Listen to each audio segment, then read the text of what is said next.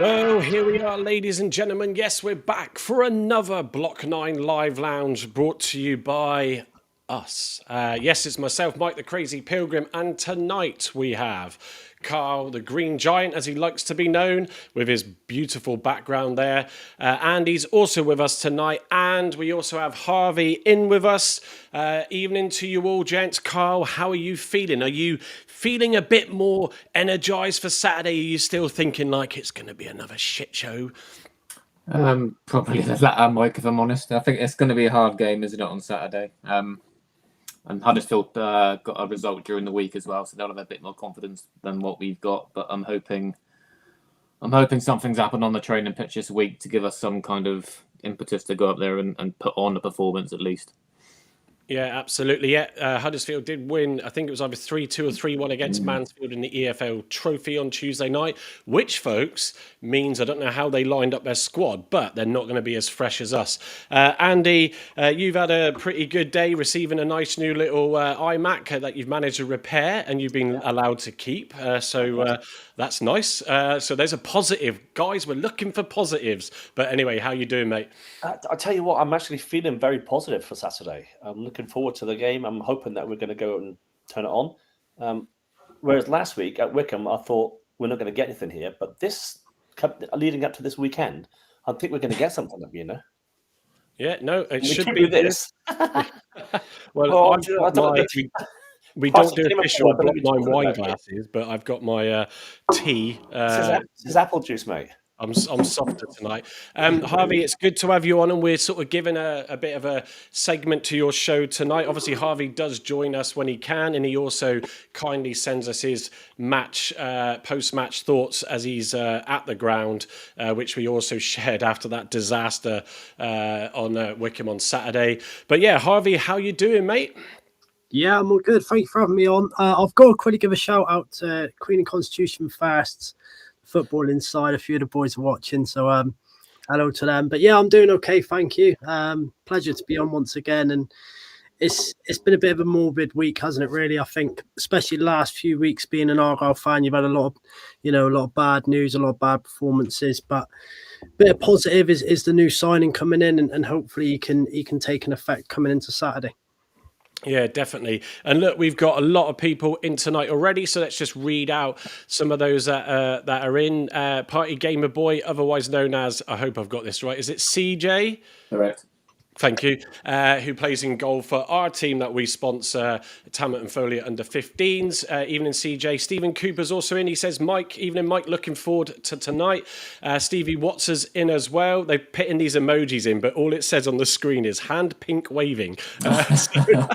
It doesn't translate them. And we've also got in Doubletree Darts, care of, I'm guessing, your side, Harvey, maybe?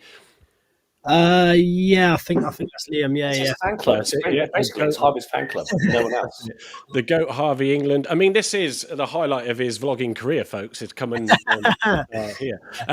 Harry Vanzino. Good evening, Harry. Good to see you back in. Good evening, guys. Hope you are well. Jake Hillman. What do we all think about the rules? I still can't. Joe Rouse. Is it Rouse or Rules? Rules, I think. Rules. We'll come on to that in a minute because obviously we're going to go through that with the Argyle news this week. Also, we got Alex at Argyle, who's also paired on the show as Stevie did as well. So thanks for that. Hi, Harvey, he says. Stephen Cooper, see Hallett been playing Penny for a guy. Hope a new player looks to be okay. Looks good. CJ saying Block 9 crew should create a song together. Well, I did change our countdown timer music, which effectively is our podcast start music Pinky and Perky on the Spotify or Acast. What was that, Andy? It's like Pinky and Perky singing. Nice. Look, I am trying to bring change, which is exactly what we've got to do on Saturday. Andy Prowse is also in the house. Evening, Andy, and he also says hi to Harvey. GT is in as well, the big thumbs up. And we've got, let me read a few more. Harry Vanzino saying, don't, it's the hope that kills you. Argo 83, evening, he says, crazy thing is, even if we win, we'll still be in the bottom four. God, is it really like that?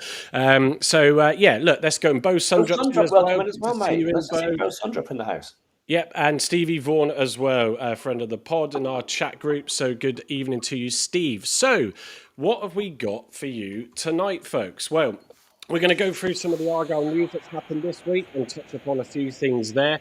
Of course, the new signing.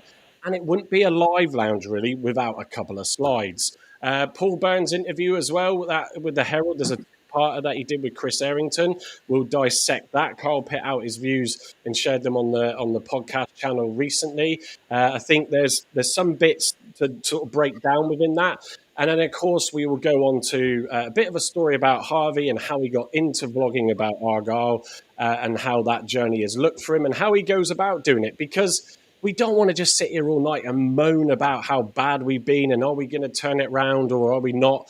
So let's try and leave that till the end. You should always turn a negative with a positive, but we're going to leave that for the end, where we then preview the Huddersfield game. But it could well be a positive because something's going to change at some point, and let's hope it's on Saturday. So I'm just going to jump to the deck slide. So there we go. So welcome to Argyle. Hang on a minute, that's not Pleggy. I thought it That's was That's not Pleggy. I thought it was Pleggy when I first saw Yeah. it. It's Oh, got the five in the hand. Well, just generally, even behind the hand, it looked like Pleggy, didn't it? All got confused, didn't they? It did get everybody excited Yeah. in our WhatsApp group. I must admit that post, I mean, of course, it's been a big Pleggy fan. I just need to say, even if you actually are watching or watching back, Pleggy, we can't wait to see you back. And he could be back with Amieci sooner than we realise. I reckon December is when that will happen. So that timing could be so pivotal. Anyway, so Tuesday night, was it? We got this announcement that we had signed this player and we're all like, oh, wow, where did that come from?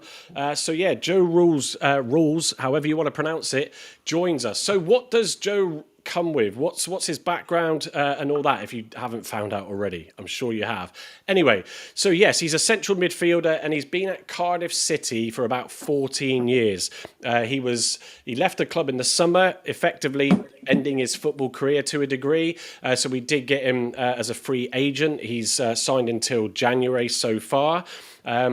He's been keeping himself fit with a local club, and he did set up an academy, I believe, when he left Cardiff. So this is a player whose shape and form, as David Fox has alluded to, is in a good place.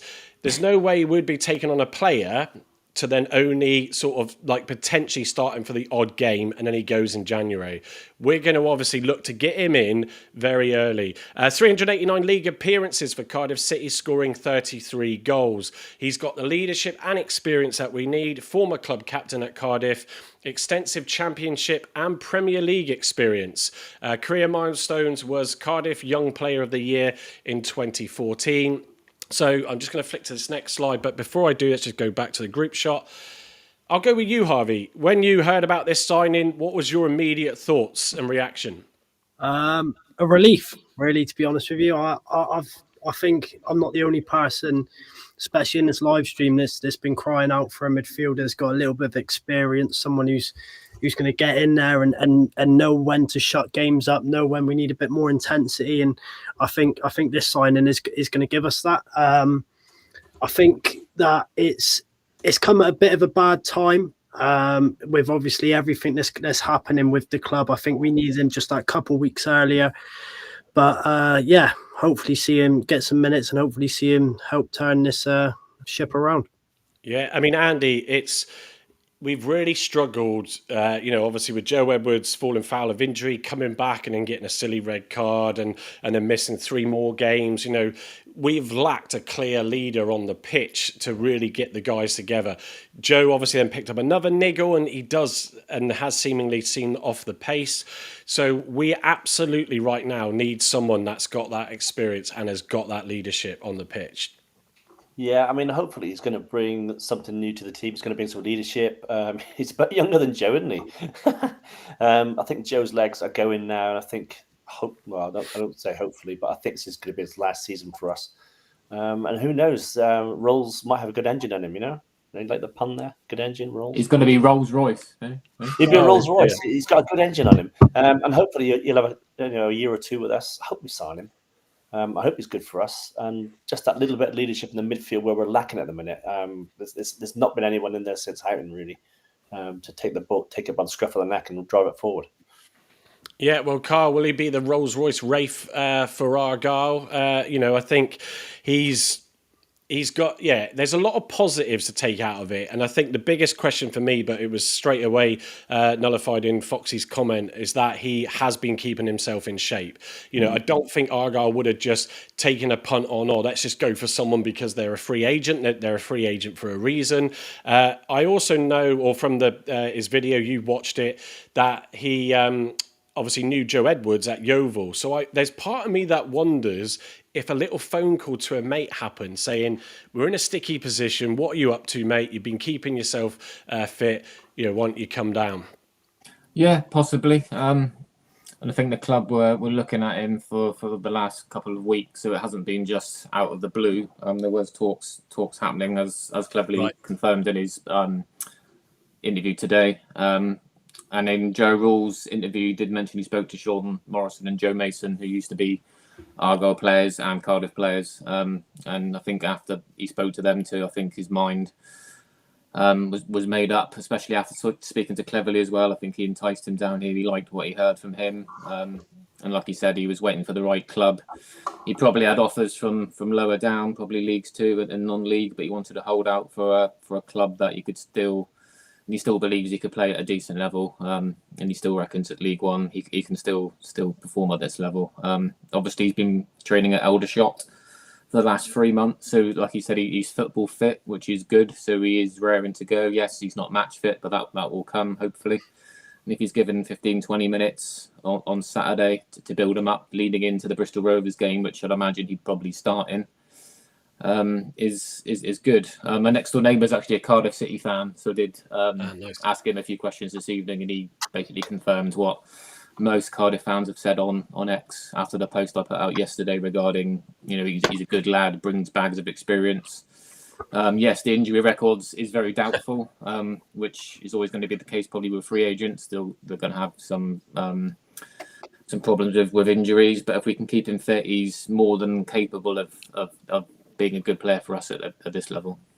Yeah, someone commented about the injuries on my TikTok post, and that sort of then sent shivers down my spine. But because we've just not been lucky. And also, Mackenzie's picked up a foot injury, which is going to see him out for even... They have no idea. Will we ever get to see that player don a green shirt? It's just not good. Just going through some of the comments, let me just catch up with a few of them. We've got Stephen Cooper saying, "Hi Harvey, I'm back in Cleves till end of January." Alex at Argyle saying, "Like the sound of the new signing, Joe Rules. Just hope he doesn't turn out to be another Forshaw." What's wrong with Adam Forshaw? Everything. Which would be the worst outcome. Harry Vanzino saying, "Rules was the player we should have been signing when we signed McCabe. It was like the end." Harvey's nodding. I can see in the corner of my eye. "It was like needing an apple and Hallett giving us a really good orange. It was great, but not what we needed." Nikki saying, Andy arguing with me. Ads Taylor, evening Ads, good to see you back in. Hope Joe Rules makes a change because our squad needs something new. We've also got Dave Mortimer. Evening, Dave. You can find Dave on Twitter being sarcastic as hell and good banter on there, so go check him out. Did New Keith ever hear back from Simon Hallett? No, he's probably still sending him. He's probably using an AI tool to send him messages every 5 minutes until he gets a response. CJ saying, "Is this slide from PowerPoint?" Which I replied in the chat saying, "I'm a modern guy, man. I use modern AI presentation tools. PowerPoint who?" But yeah, we do. CJ like to do a deck. You've obviously not seen that yet, so you get to see it tonight. Charlie Cottrell, good evening to everybody. Evening to you. Benny Van Life, good evening, mate. Good to see you in. No pressure, but it might be on Joe Rules to save Clev's job. That's a bit of a challenge. I mean, Harvey, to pit that sort of thing on one player is already an ask. But we said this on Saturday night, Harv. I know you were travelling back, but we were I was watching the pre-match little videos that Argyle put out, and I do love all the content they do. But what I couldn't stand is players walking in the dressing room, AirPods on, headphones on. You don't see them obviously take it off and know what else goes on there, but walking out on the pitch to inspect with it on. And I'm like, get those things out of your ears and start getting some energy in that dressing room. And I'm hoping Joe Rules will be another one that will get in there and start kicking fucking things around, excuse my French, and just trying to get some energy going again. Yeah, well, I think that it's a harsh reality, isn't it, to look at it from that perspective, that this player's come in to make sure the gaffer keeps his job. But I think it has a great element of truth. I think that Cleverley is going to be relying on his experience and his knowledge of the game to try, especially the young midfielders. Obviously, we've got Ibrahim, Boateng, McCabe, and so on and so forth. It's definitely going to be he's definitely been brought in to bring some experience, and hopefully that you can start kicking bins and throwing hangers in the changing room, getting the team up for it. Yeah, I love that. Absolutely in agreement with me there. Alexander Pennington, Harv, have a good one. Thanks for coming in and pairing up. Alex, nice to see the team travelling today, Stephen Cooper says. No excuses to get a better performance out of them. Thomas Doyle, who's also paired on the channel, thank you. If Argyle doesn't start winning the game, Argyle will go down to League Two. Yeah, it does feel like that. CJ saying, my former geography teacher is a Bluebird as well. Ad saying, who will he be replacing? Well, we'll get the guys' thoughts on that in a second. Alex saying, I think Rules is just there for the experience and depth in midfield, and most importantly, experience again. What else have we got? Let me have a look for some new ones. PFC Green Army, evening. Thank God Bradford got called off. Imagine the toxic scenes at Home Park. Well, it would only be toxic if we don't go and win a couple of games before that would have happened. But yep, it's another cancellation, which means it's 6 away games. Argo83 saying, just put 10 men behind the ball on Sat and get something out of the game. We haven't got our attacking football we were promised anyway. We need points ASAP. Yeah, I definitely don't want to park the bus, but I can get why you'd say that. And we've got Alex Heads also come in tonight. Good to see you, Alex. And what else? Callum Acton, evening, mate. Is the Tamerton manager here? No, unless he's shaved loads of years off his age. It's Harvey who's in tonight. And in case you wonder, Gavin is back from holiday, but it's back to business for him straight away. And he's got an early start to get a presentation for a client. But he sends his regards and he can't be on tonight. But I think Saturday night we'll see him back. So just going into, and we got Chris Barnard in, evening. So let's go to the presentation deck again. Hang on, let me jump back to that. Just to summarise. Oh, go on. No, go on. All right. So just showing some more bits and pieces that I pulled out. So composure under pressure, years of navigating high-intensity championship matches, Joe Rules, calm decision-making in crucial moments, which is absolutely what we need. Midfield control, ability to dictate tempo, anticipate danger, and intelligently recycle possession. I love that. Intelligently recycle possession, offering essential stability. Versatility as well, and short-term impact. The January contract signing to provide immediate stability, which is why I don't disagree with Carl. I think he might get some minutes in the Huddersfield game, depending on how it's going. And mentorship, sets a professional high standard for younger players. And I would like to see him pair up alongside McCabe and see Finn on the pitch and him supporting them and giving them some instructions. So we'll come on to next the interview with Paul Byrne. Just before I do, Smithy's dropped in. Evening. I've asked 3 different AIs to predict Argyle's position at the end of the season. All 3 said bottom 6 was most likely with reasonable probability of a bottom 3 position. It's not good. Did you do the free version or the paid version? I wonder if the paid version is different. Paid version has us bottom. Exactly. It'd be more accurate, half. Yeah. At Grok. Where will Argyle finish this season? What we got going on here? Callum Acton saying, tell his wife to stop getting angry at me. I didn't like it. It was 100% a foul. What's he referring to there? Oh, the manager. Game, yeah. No, I think that's a player on the other team. So we'll skip past that. Yeah, we will. All good fun, though. All good fun. The game's done. It's finished. You can't change it. So, Paul Byrne come out with a statement, was it last week now? Obviously backing the manager, and it sort of, surprised people, but I thought it was welcome. It's good for that he at least puts a statement out rather than Andrew Parkinson, who always wanted to hide behind Simon Hallett. And then he's come out with a further 2-part interview, part 1 that came out on, I think, was that Tuesday as well, with Chris Errington. And just shedding more light on the situation. I mean, you can see there, I've summarised some of the points, and I'm going to go to Carl on this, who put out a post about it in his views. But the top line level on all of them is, obviously, he's acknowledged it's a difficult period. He's calling for stability, understandably, backing of Cleverly that they're sticking to, transparency and communication. It was his idea to put his original statement out. He didn't go and ask Simon's permission. This is a CEO who's running the company and wants to be the face of that business. Yeah, so he doesn't need to ask permission if he feels he wants to put a statement out. And do you know what? Yes, we picked bits apart, and there was promises in there that you're like, oh, he probably regrets going, oh, I shouldn't have guaranteed anything. But it's better than him just hiding behind the desk and not saying anything, in my opinion. He talked about the fan-player relationship with regards to what happened on the pitch at the end. Harvey would have got a perfect view of that. And leadership style and role in terms of him taking over and soon to be fully in January. But his final message was of unity. He concluded with a strong appeal for unity. We are one Argyle, he said again, and stresses that togetherness boosts morale and performance, vital for achieving success. Carl, for me this week so far, I think not having a Tuesday night game, we're not just getting frustrated. I know sometimes when you have a bad run of results, you want a game as quickly as you can. Unfortunately for Argyle, recently that's not been beneficial. But I've sort of calmed down to the fact of knowing that they're not going to get TC out. And for all those that don't know, I did vote and say that maybe it is time to go when you can't get a squad changing it three games on the bounce. But I'm going to stick to the club's decision because there's not much you can do. You can't change that. But Carl, what were your thoughts or key things that you put out on X the other night when you read that interview?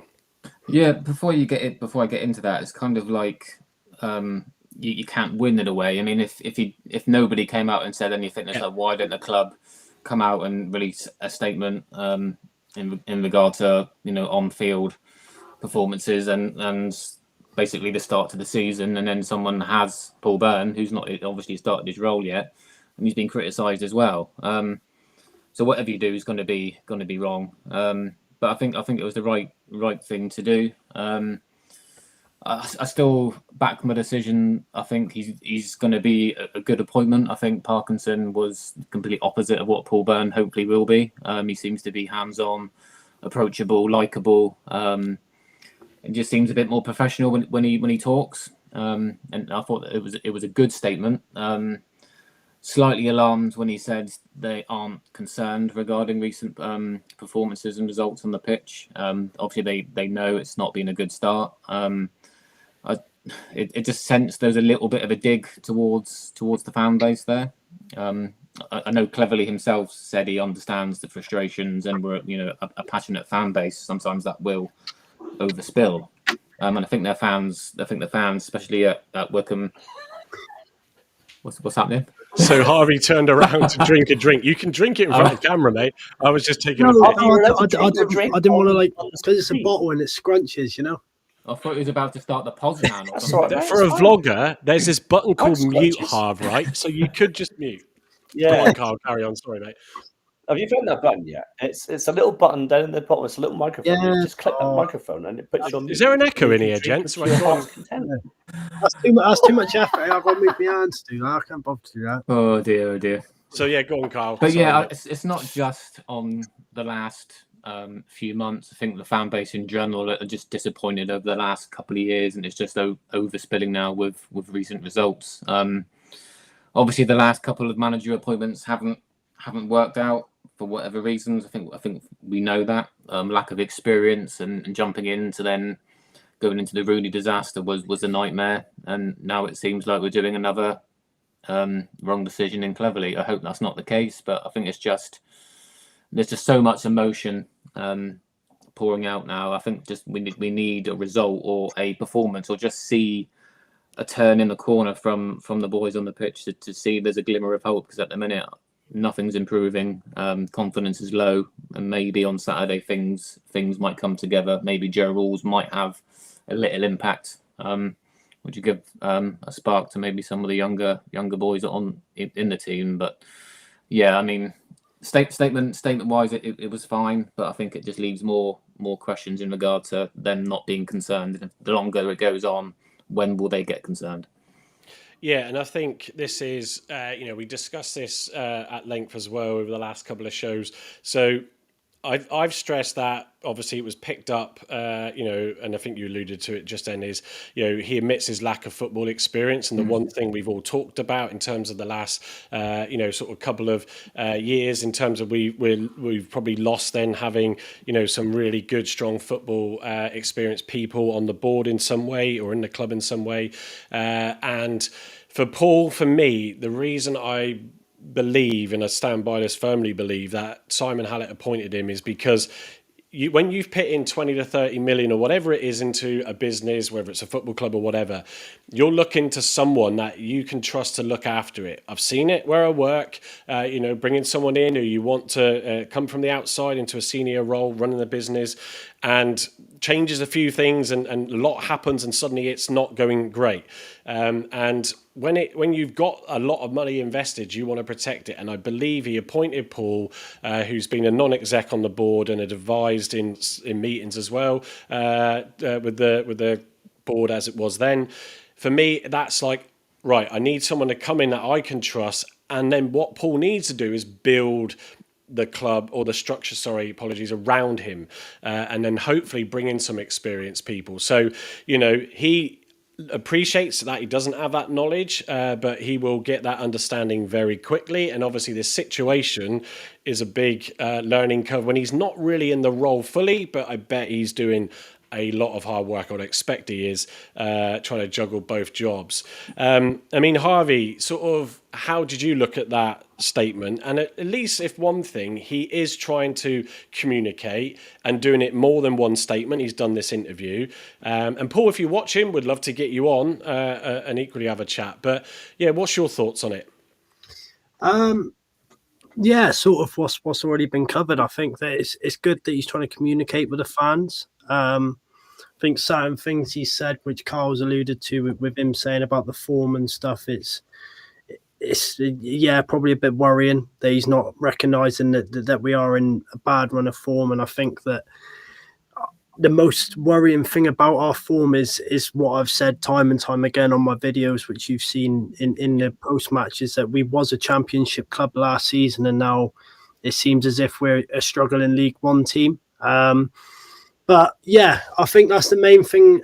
Me as an Argyle fan, and I'm sure many others would be the same, is that I like communication. I like to be in the clear, and which is definitely what we missed is with Parkinson, and what we slightly missed with Hallett. We've seen a bit more this season with more statements, but there's not much more he can do. Really, he's not a player. I think that although we can blame the board and we can blame the management, but it solely does go down to the players and the 11 plus the 7 subs that are on the bench to get these performances right.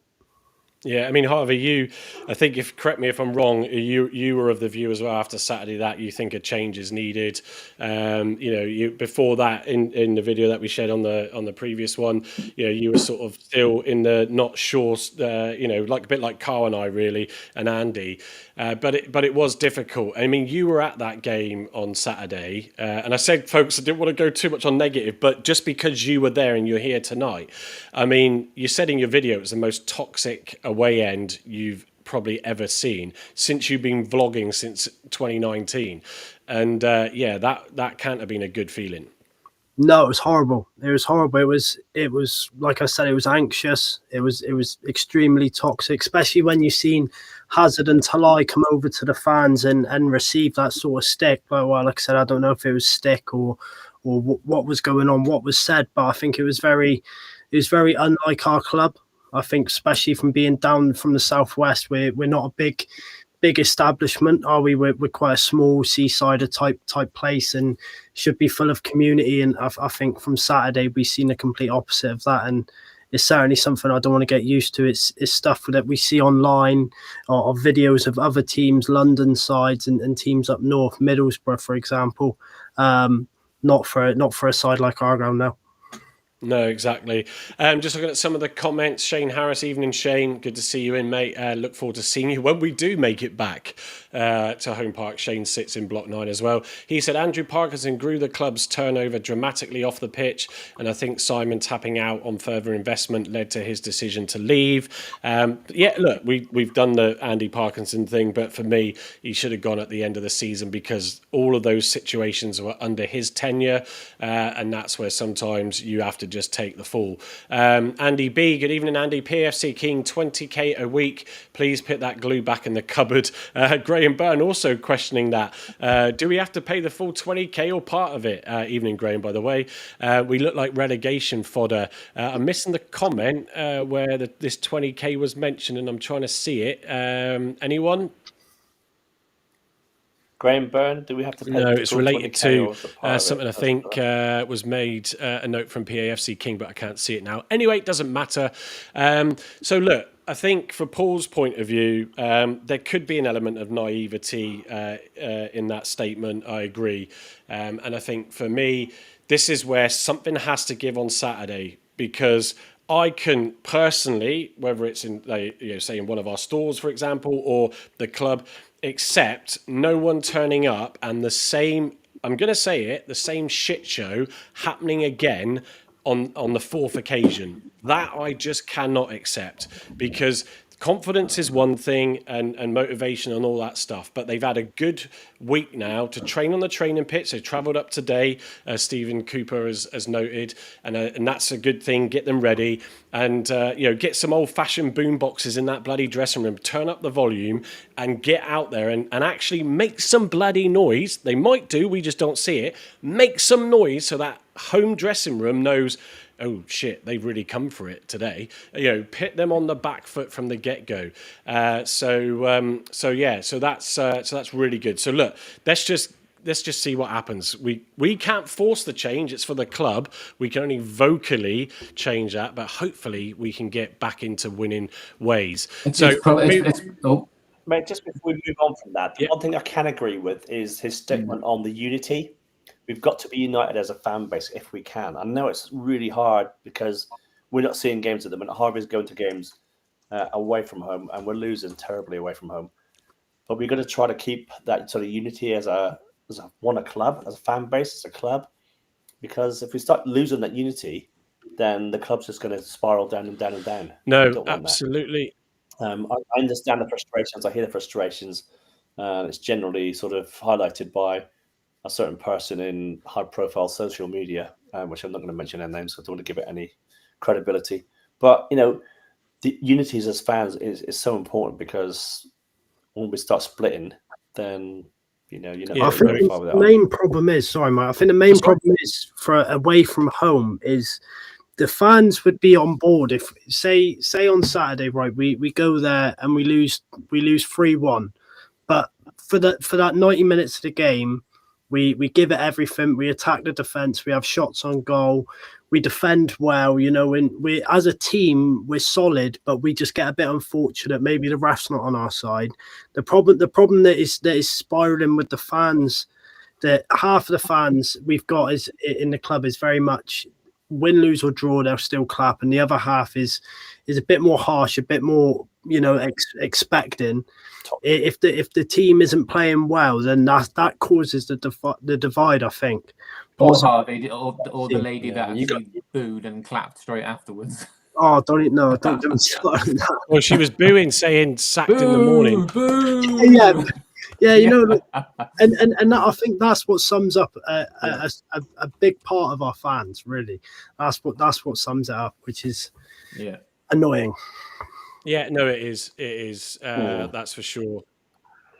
I get the frustrations, mate. I really get the frustrations, but it's not helping the players when No. you're slagging the players No, off. no, Andy, Sorry, it's a good Mike. point. I mean, I said on Saturday, as players, you just don't engage because some of those that might have had a few too many to drink, a lot do when they go on away days. Harv, you'll see that. I mean, Harv's always on the, doing his beer review. Drink responsibly, of course, folks. Of course. Yeah, but you just don't go up because you've got to be able to know.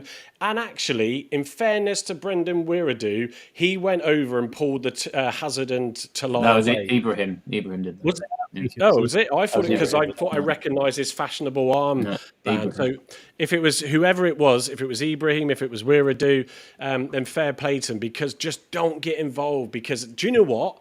You've just got to do your talking on the pitch in the next game and actually don't give that because Harvey, you were there, but we could tell from the Radio Devon commentary, the away end stuck with them all the way through to that penalty. And considering we were not playing well again from minute one, you can't fault the Green Army for that. Yeah, 100%. And I think that what killed us a bit more during that game was just before the penalty, about five or so minutes beforehand, we were looking better. We come out second half.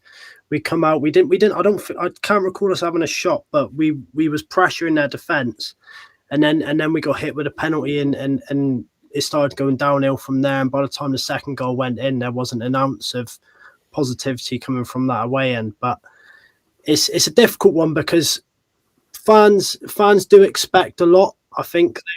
Fans that travel, not me especially, I don't mind paying what I pay and seeing what I'm seeing, but some fans certainly see it as they've spent 50 quid to get up there and they're seeing that and they think they can go on and say what they want, but they need to realise that footballers are just humans. If I have a bad game Sunday league, I know that I might get a bit of stick in the football group chat, but it's going to be nothing. A pro footballer, you can have a bad 90 minutes and then get stick for 5 days on end and then go play another game, have another bad game, that's another 5 day. It's a spiraling.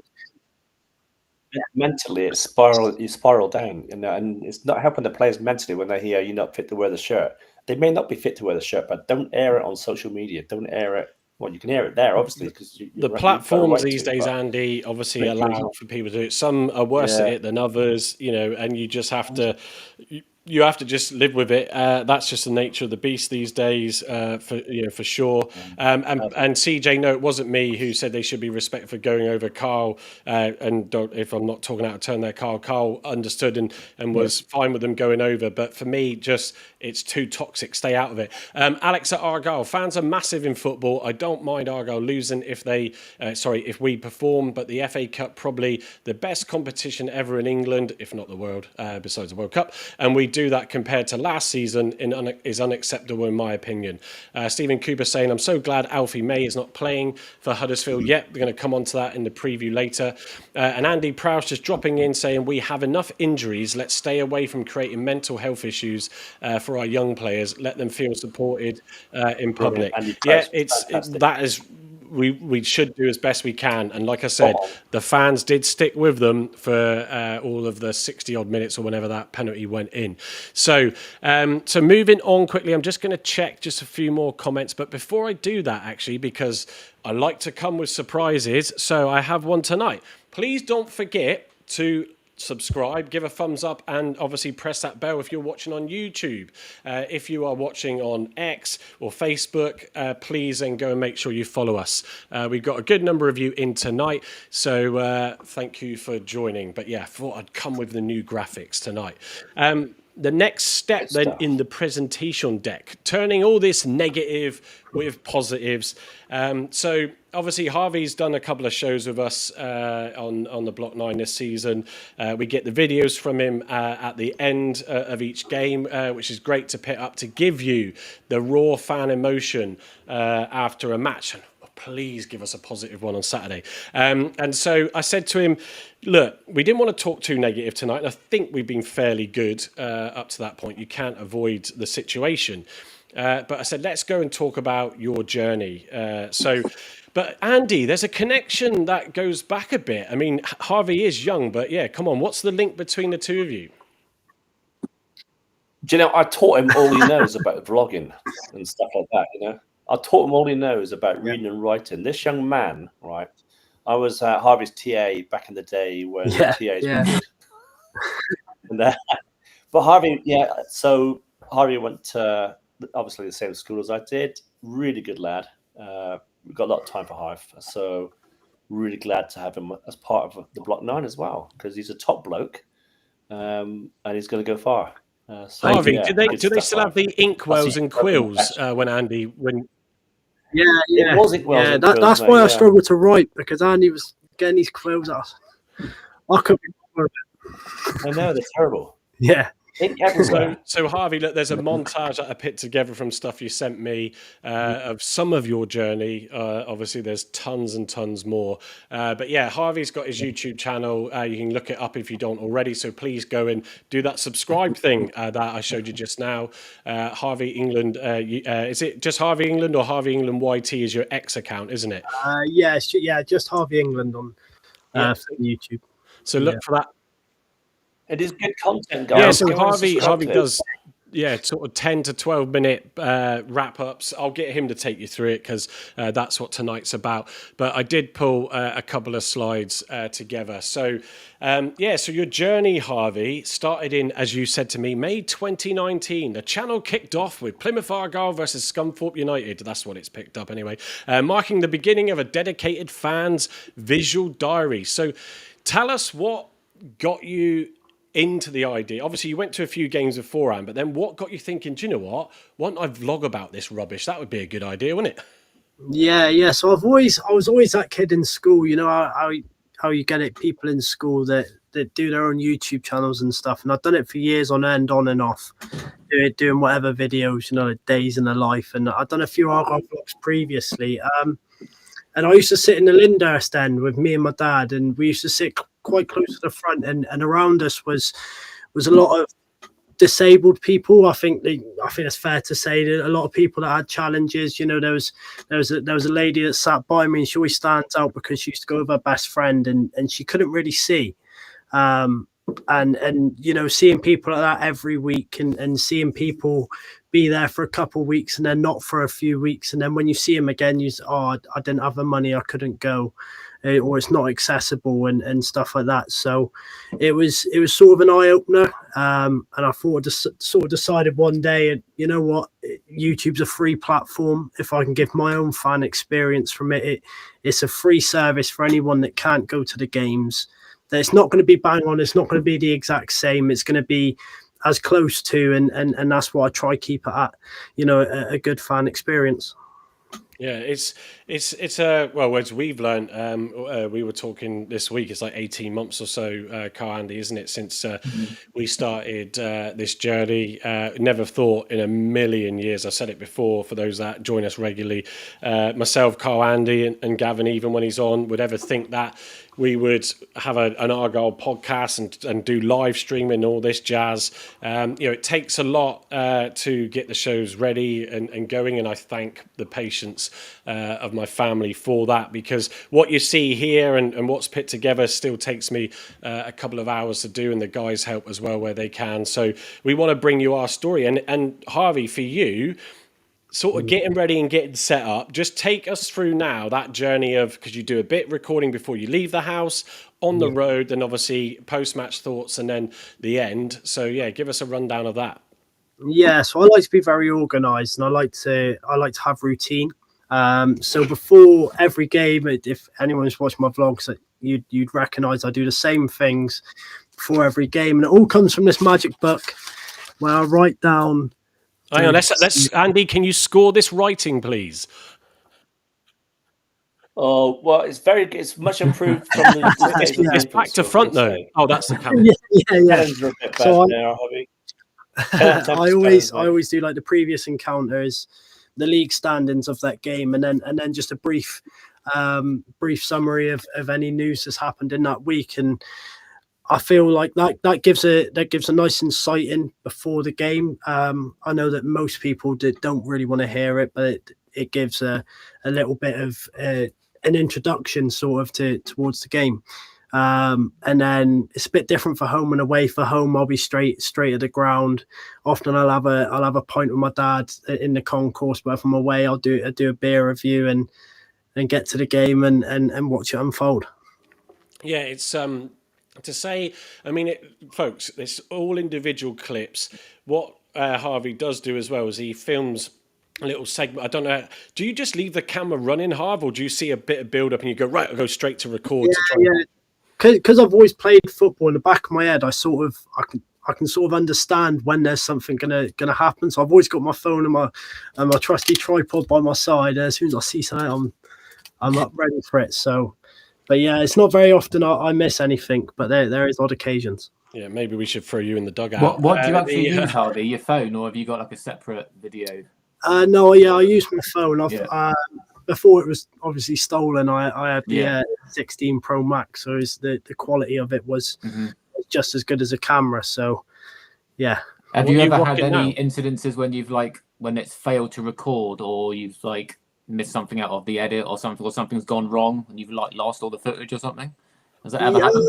I've never lost all the footage, but I have had instances where like it's come up like low power and I've like clicked. Oh god, yeah. Sheffield United last year with a Kiefer Moore penalty, it said low power as I went to record. And by the time I started recording, the penalty was already in. I was like, it can't be helped. It's a very occasion it happens. Harvey, have you got one of those charging blocks? Absolutely, Andy. Yeah, absolutely. Yeah. Yeah, I always carry one with me. Yeah. It's so when he takes all those clips, folks, and I've started to, over the last sort of 12, 18 months, learn to edit stuff. You've got to stitch it all together, and so you've got to take the clips, get rid of the wheat from the chaff, and all that sort of stuff, and then put it together. And then when you get back, Harvey, you obviously record a piece and at your desk to sort of close out, don't you? Well, not anymore. Normally, I'll just do it in the ground now because I like to get it out as soon as possible. I like to preferably get it out before the actual team's highlights. Their little like official highlights video, because I see it often hits a lot more people. A lot more people often watch, but yeah, it's very hit and miss. Sometimes I'll be getting it out half hour rapid. Sometimes it takes a bit longer. Yeah, but it's there's all those moments where everybody now, doesn't it? If there's a penalty going, you all get ready with your phone, and Carl's trying to show off his new grip. Look how big my zoom is; it goes all the way in. What phone are you rocking now? Since you had that I've got my girlfriend's old phone at the moment. Picture over there. Shout out. Yeah, I've got her old one at the moment, and I was meant to have one delivered yesterday. So anyone working at Royal Mail, got blood on your hands. Where's my phone? I mean, God, you'd think this famous YouTube person with all the monetization, I mean, he would have a backup phone and a backup to the and I mean, Harvey, let's not forget, you also have some of the guys that go with you standing around going, right, yeah, Harv, I'll hold the phone while you read the team sheet out. Right, I'll do your hair. Yeah, you look all right. Let me reflect this light onto you. It's got to be done. I've got a makeup artist, everything. Give it. Yeah, I'd sack the makeup artist, but give your boys a shout out. Who regularly attends the games with you? Oh well, at home games it's always my dad. So shout out to me dad. If not, it'd be my mate He's Ben. For away, obviously the old Argyle Way boys. We used to do a podcast back a couple of seasons now. Obviously, you got the Cornish Janner, you got Harv, and you got Liam. They always help me out, but often or not now that because when you go away every week, you see the same people, you see the same faces. Often now, if I'm not with any of them, I'll be with someone, and someone will hold the phone for me. So, yeah. Without them, they all help stitch up my vlogs. They all help, put in little segments which ultimately help me. Oh, see, it's all coming out now, folks. I'm just the face in front of the camera, folks. Yeah, These are the boys that are doing all the hard work. But no, it's good because to get the content out It is not an easy job to do all this. We've started to try and want to grow more of our YouTube. Carl put a post out saying, obviously on X and that, if you don't already, please go and follow. We're trying to grow that. We're aiming to get more shorts out. We've got Finley, who runs the PFC News Hub account on X and TikTok and all the other channels. Young 16-year-old aspiring, it might be even 17 now, aspiring sports journalist, a bit like Herbie, who you've seen saw on last Thursday. So we want to bring that sort of, those people that are into doing that. We want to help them share their content. So we're going to aim to get sort of more stuff out across the platforms. But if I just go back then to the slide deck, December 2019 away day debut, the first away game vlog documented the clash against Cheltenham Town, capturing the unique atmosphere following Argyle on the road. The community and recognition, a high point, you said, Harv, is hearing the fans chant your name at home park. Did it end with the word W on it? I don't know. I can't remember. No, it was brilliant. It was after, it was either Portsmouth at home when we won 2 or 3-1, or it was after Derby where we won 3-2. And it was these group of lads. They sit on the other side to me of block 1, and as we're walking down, I've seen him and that. And he's one of our own. He's one of our own, and it was mental. It was quite surreal. A real moment. Yeah, absolutely. It goes. I mean, when you put in a lot of effort to bring people and the reasons you started it off, I think are fantastic. Then it's great when you get appreciated for it. Just reading out a couple of the comments. Stephen Cooper just saying Harvey's dad spoils him, laughing out loud. Dad's a good guy as well. Gets all the best jobs at the taxi firm where they work. If you didn't know, I love your blog. Saturday, it's part of my Saturday night. Dan saying the guy bottom left. Sorry, awful with names. Your video is very out of sync with the sound. Who's out of sync? No, I don't know if it's you. Bottom left, it was. Well, anyway, doesn't matter. This does happen sometimes, folks. You can get a little bit of slippage. Still on dial-up, Andy, aren't you? I'm still on. Just wave your quill a bit, see if you can pick up the Wi-Fi. Yeah. Alex at Argyle saying, I think that as well, Harvey. When I think there's a chance about to be created, I press record immediately. And also, let me just scroll down a bit to it. We had Ferris, FS Vlogs, evening mate. Hiya, Harv, love the blogs. Shame about the performance at the moment. I'm a season ticket holder in the Devonport end. Do you think Cleverley can change this round before he's asked to leave? I'll come to that in a second. And Doubletree Dart saying, well, it does take him about 10 tries for an intro.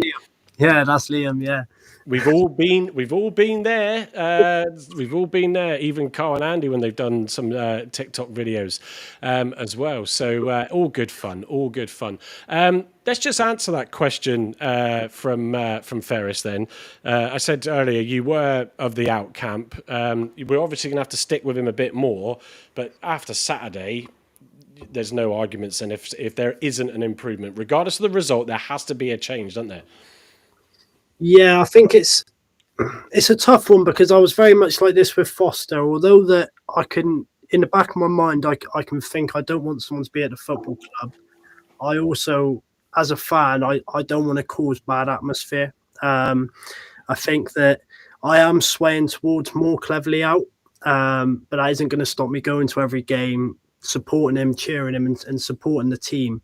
I think that's the most important thing. And in all fairness, although I do think Cleverley out, I do also want the team to succeed. I want Cleverley to prove me wrong, and for me to think back on myself and be like what a donut. Why did I want him out and such? But I think if we do lose Saturday and there is no improvement, I think that he's got to go for the sake of the season.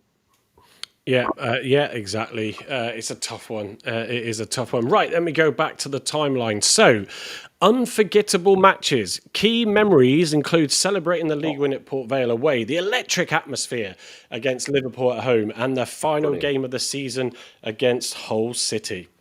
Yeah, I think there's three magical days for Argyle fans, and I think the Port Vale one edges it over everything. Seeing my team win the league, and that was just magical. That was incredible. Liverpool as well.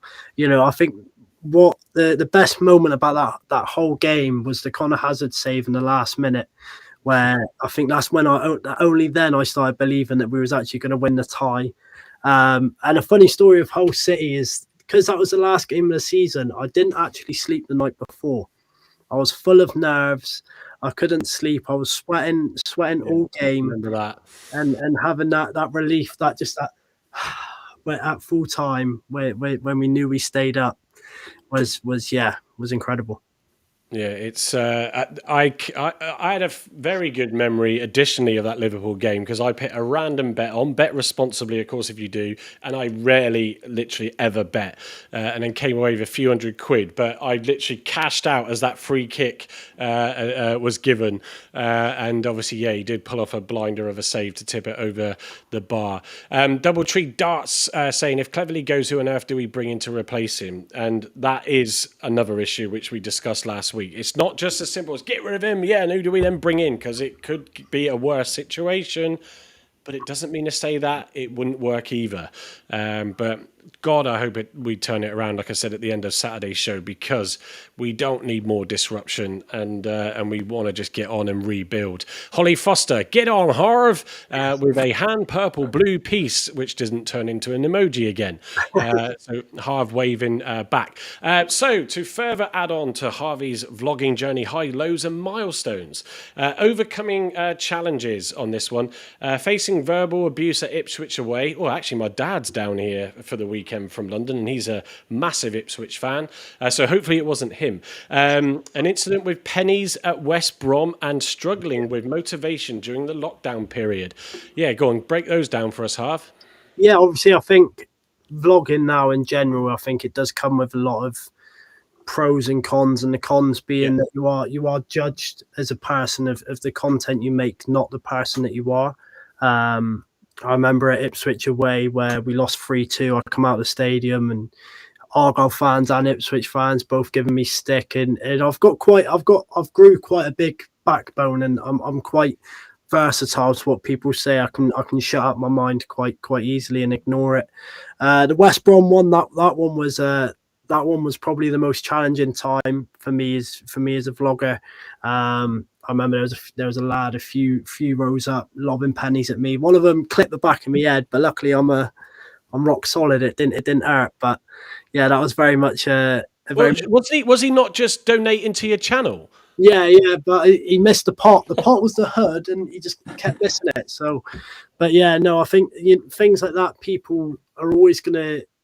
I don't think it's jealousy. I never see it as that, but people are always going to hate on other people's success. And no, everyone wants everyone to be at the same level. No one wants anyone to succeed when you've got that type of mindset.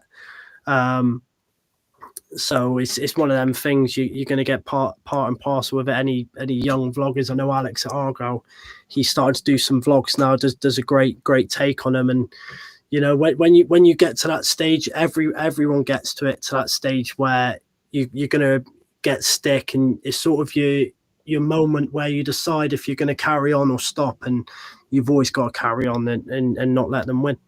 What's just on that before I elaborate on that? What's Alex at Argyle's channel on YouTube, Harv?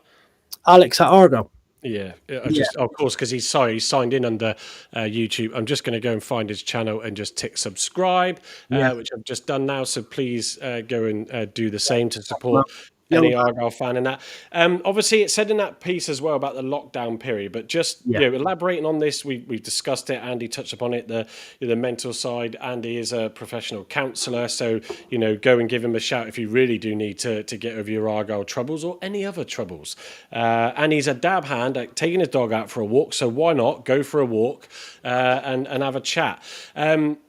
You get a little bit of flavour from what you said there, to a degree, what some of the players then get. You put yourself out there, we put ourselves out there. I mean, I've taken some abuse on X at time, and thoroughly deserved. But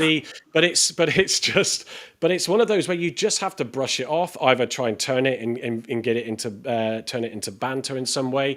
Because generally the bullies, if we call it that, don't like it when you bite back. I mean, if you turn around and threw pounds back at him, he would have been taken a bit for that, wouldn't he? But so you get to experience that, but you're thick-skinned, like you said. You just get on with it. You enjoy what you do. And that's where I said the other day, and we all agreed on this, is that the worst thing about situations like this, the toxic environment that you said, Harvey, is it just gets fans having a go at fans just because they don't agree with your view. Whether you want to be Hallett out, you want to be Cleverly out, you want to be Paul Byrne and every man and his dog at Argyle out, but just because someone to the right of you doesn't want to be, doesn't mean to say that they're wrong. Have some banter about it, but don't get down in the dirt and start the sort of slagging matches that go on. But the lockdown period. Oh, go on, Andy. That's what I meant by unity earlier on. Fans are going against fans, and we're all fans, aren't we? So why are we going against each other if we support the same club? Yeah, it's just, but that's the sad world of football when things aren't going well. But lockdown. Tell us how you dealt with that and cope with that, because obviously you noted that as a point. Yeah, I think that lockdown was, challenging for everyone in their own aspects. I think mine was a lot with not being able to go to the football, and I certainly spent a long amount of time not making match reactions, not doing previews, just stopped doing videos. And because I enjoy doing it, I think it's something that is, I wouldn't say I'm necessarily good at, because I'm just very versatile to it. But during lockdown, I think it was because I was still very young and doing videos and not seeing them doing well as such, and having no really motivation to do it. It was very close to me, sort of just packing it in. And I did make a TikTok on this. Must have been end of last year, start of this year, and it was the aspect of lockdown was 5 years ago today, and I was. Well, not right now, but but when you did the vid, yeah, it was like 5 years ago today. I was 15 years old. I had like 300 odd subscribers, and to think where I've come from to now, it's always something that I'll be proud that I overcame. Yeah, I was fortunate, if you want to call it that, where I was still working. That was pretty intense as a retailer trying to stay open. We took some flack for that, but believe you me, it saved thousands and thousands of jobs, no matter how you want to look at it. Yeah. But it is a difficult one, and I think sort of. We know what happened with COVID, but it was bizarre, and it must have been for the players, equally so bizarre playing in dead silent stadiums. At least you had no one having a go at you when you were shit, though. So that over a screen. We won the league that year. Well, yeah, we did, but you know what I mean. It's just one of those, isn't it? So Alex at Argyle saying thanks, as much appreciated. Yeah, no problem. Well, Alex. At all. Yeah, he's grown with 277 subs on there, so we'll also have check out your channel later on, myself as well. Stephen Cooper, my best memory of Argyle was the win at home to win the league against QPR. God, yeah, that, to be fair, I said to the guys before, my memory on games is rubbish, but when someone rekindles them, I was there for that one, and no seasons really with Sturrock when we got up and that as well, and that was fantastic. Dan saying Portsmouth home on win playoffs. Were you there for that, Harv? I'm guessing so. Peter Hartley. Oh yeah. Sorry. Yeah. That's all right. Don't worry. I mean, we don't pay him either, guys, so don't worry about it. Ollie Foster. Oh, we've already read that one out. Just throw him a few pennies. Yeah. Start editing them back. add some to the kitty. So, tough moments on the pitch, experiencing relegation to League Two during the first ever video. Oh, God, right, okay. And disappointing away losses against Exeter and Norwich. I mean, you talked about the emotions, but yeah, winning leagues, which you've sort of seen more of than the trials and tribulations, I suppose. Hopefully, Harv, we don't get a knockdown to League Two this season. Hopefully.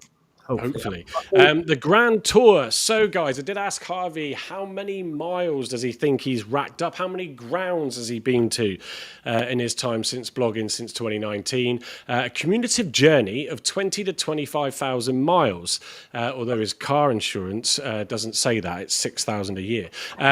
Travelled visiting 45 different grounds to support the Greens. Only and the final grounds, Harv. Well, yeah, but a lot of them grounds I've went to 2, 3, 4, 5. Yeah, you have, yeah. Times. Do you have a map in your room there where you pin all the places you've been to? But I should get one. I did used to have a good mate of mine, Joe Benwell, for my birthday, bought us one of them these maps, and you scratch them off as you go to the grounds. Oh yeah. But I've lost it. Well, you could do the modern day equivalent, Harv, and just do a Google Maps and then pick a Harvey YouTube map setting, and then you can use it on your channel and go, right, new club this season, folks, because when we go down, you might get to see some more. We're not going to go down. There's still a few teams in this league I haven't been to, and I don't want to think about it, but if we do go down, there is certainly a lot more teams that I haven't quite been to. But quick question, Harv, right? Quick question. What's the furthest trip you've ever done with Argyle? Yeah, great question. Oh, it's Sunderland or Middlesbrough, whichever one the longer one of that is, and that was a killer. I'd done it one year on the coach, and that broke me. That absolutely killed me. And I'd done 1 year. I'd done it with a few mates, and we went up on. Well, we planned to go up by train. All the trains got cancelled, so we went on coaches instead. So, yeah. I've done Carlisle and Hartlepool. Carlisle back there and back in the day. Hartlepool there and back in the day. Oh man. Yeah. Well, I know what it's like. Those days are over though. Yeah, my furthest equally, which I'll never forget, was going Norwich on the coach, and especially because I'm about 6 foot, so and like it was tight on those seats. Yeah, and but do you know what? It's the people on the coach, and obviously even though we lost, I think it was a 1-0 defeat that game way back in the last championship. You know, it was still made up by the guys on the bus, and we had a character on the buses called Noddy, and a lot of Argyle fans remember Noddy. Always first off the bus to get his breakfast, always last one back on the bus. We had to get going again. But what a character! Well, I do you have any random stories on whether you coming up on the coach? Because one that I had was we got back to the ground and someone didn't have the key to let people into the gate at Argyle, and I can't remember what we found, but I managed to get the lock off. I mean, all those house robbing duties over the years, but no, I managed to get the lock off and get us in there, and it was. And I don't know, and I don't want this to sound out of turn because I think he did pass, but Keith, the bald-headed guy that used to go up loads and loads and loads and manage and organise the coaches, it was Keith and I who were trying to get the lock off, which we managed to in the end. It was peeing it down as well. But that is what it's like being an Argyle fan. I was on the bus that broke down on the way to Wembley as well for AFC. I remember you saying the only bus that broke down. On Holden Hill, I think it was. Somehow they managed to find a spare bus, which is extremely difficult. It was literally the whole of the Southwest buses were en route to Wembley, and he got there about 2:30, so he missed all the build-up, literally just got off the bus and went straight in, and then the game was just terrible. Yes, I was on the bus to Hartlepool, right, where we won 8-1. That famous season, we won 8-1 up there, and we had to win our game and hope Wigan lost their game, but Wigan won their game as well. So we just missed out in promotion. And Carlisle, when they had a protest up there, it was 0-0 draw. Argyle fans joined in the protest. Only about 3,000 fans up there. It was amazing. It mustn't be too bad now, Andy, with your bus pass, yeah? Oh, yeah, it's not bad now, yeah. It's good. And get the Bristol Temple meet you, solid. So the final point and the biggest one, the biggest highlight of Harvey's career, really isn't, is being asked to get involved with the Block 9 podcast. Guys, folks will do anything for clicks and views. Yeah. I think my career is vlogging. I'm going to announce it now. Now that I've been invited and I've had my mention by the Block 9, I can peacefully retire and live my rest of my days out in the grandstand, I think. So smoke his cigars, drink his whiskey to his heart's content. Exactly. Yeah. I mean, it's like I said, folks, it's good having him on. I mean, Harvey would have got on more shows, but he was always too busy frying chicken than being able to come on. So I have the final slide for Harvey, which I think is a great picture of him and his dad. How old are you there? Oh, I must have. That was Leicester, 19. How old are you now? He's a whippersnapper. Yeah, 21 now. I'm getting old. Andy, I was meaning to message you, actually. Where did you get your bus pass? I got it. Hey. None of that, Harry. Right? Don't steal my jokes, all right? Just because you're more famous than me on YouTube. This the grumpy loyal. So what's next for Harvey? The slide says for those that are listening post. So obviously Management you've from the got a Block 9 new podcast. career. Hang on, Andy. Dip.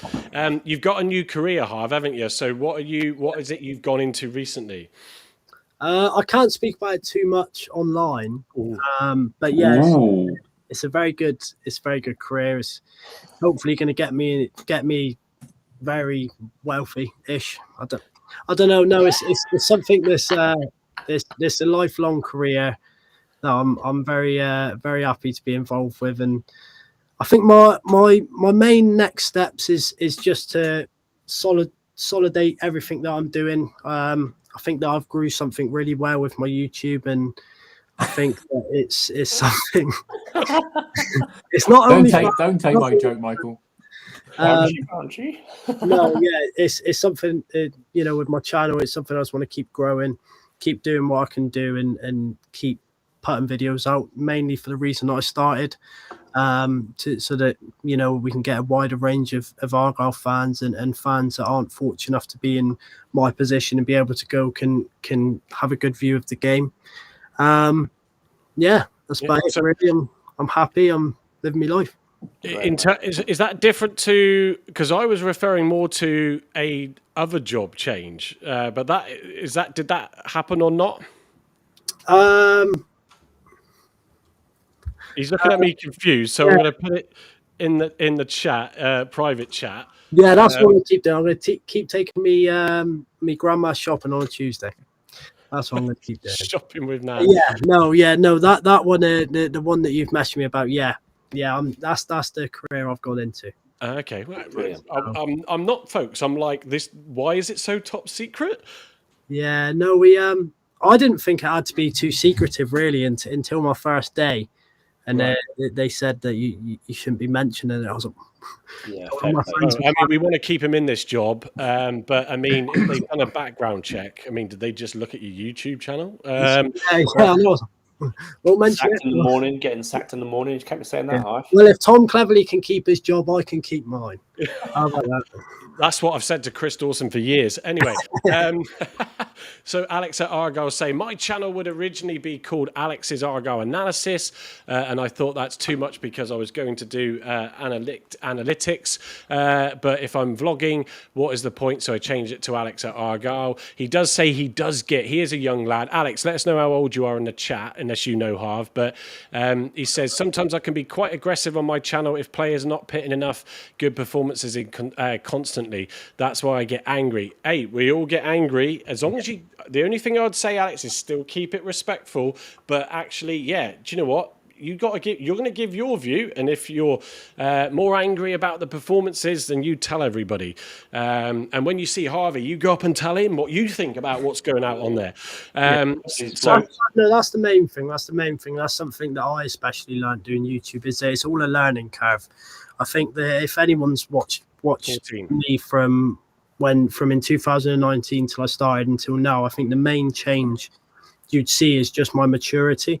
And I think that's the main thing. You do certain things on YouTube and you see the reactions from people, and you sort of get to know on your own feet. And everyone makes mistakes. I've put certain videos out. I've said wrong things. I've done wrong things on YouTube, and ultimately it's led me to who I am today. Yeah, I think that's it. And do you know what? There's certain people that are old that don't mature even. Not pointing at anyone, Andy. Slippery slope, Harv. You get your hair and your stuff out there on YouTube, mate, and it's a slippery slope. Yeah, exactly. Alex has said he's 14. My son is heavily into sort of like all the YouTube stuff, and I know you shouldn't have a channel until you're at least 13. But he sort of would pit stuff out on aviation. Now it used to be games, and he built up like 3,500 followers or subscribers in about 6 months, but couldn't monetize off it, which was annoying. But it's what kids seem to love to do. So Alex, just go with what you think's right. Go with your own style. Don't listen to it or take advice constructively. But yeah, just keep doing what you're doing. So, is there anything more we need to know about Harvey that we don't already know? I should have spoken to your girlfriend on the side and get the dirt Yeah, on we you. should have. Yeah. Well, I sleep all the time. If you see me on the coach, you'll know that I'm asleep. Yeah. Right. So come on, Harv. Right. You do all these sort of like beer things when you go away, right? I see it. Right. You become a little bit of an alcoholic here, young man. Right. So what's your You can't favorite blame beer him at that the you minute. when you travel, and what's your favorite pie? Ooh, Not from pie. favorite pie. I'll tell you my favorite beer review. I went to Blackburn a couple of years back, and it was £2.30 or £2.35 for a pint. And the lady apologised when she served me and said that she put the prices up. That was I thought you were going to say because you're underage, but anyway. no. I was of age, but my favourite pie, even though we got battered on Saturday at Wickham, we had it was like steak pie, mash, and gravy for Nice. £8.90. Nice, mate. Nice. Yeah, nice hot pie. Everything's cheaper, well, up past here and up past London. Yeah. But yeah, my favourite beer is Cruz Campo. Cruz Campo is my favourite. I don't mind the Stella, even though it's got a bad name. God. And I don't like I don't mind a Madry. Sorry, like a Madry. Madry's all right. Yeah. Yeah, Madry's a nice one. Yeah, excellent. So Nice it's time to move on to the next segment, which is actually the preview to Huddersfield, starting with Mr. Cleverley's press conference. So I've taken the quotes off the Argyle feed on X. So thanks, Argyle, for sharing those every time. I haven't seen the press conference, so I don't know if the guys have, but I'll come to them in a second. So what does Tom say in the build-up to Huddersfield? And yes, I do think it's a critical game.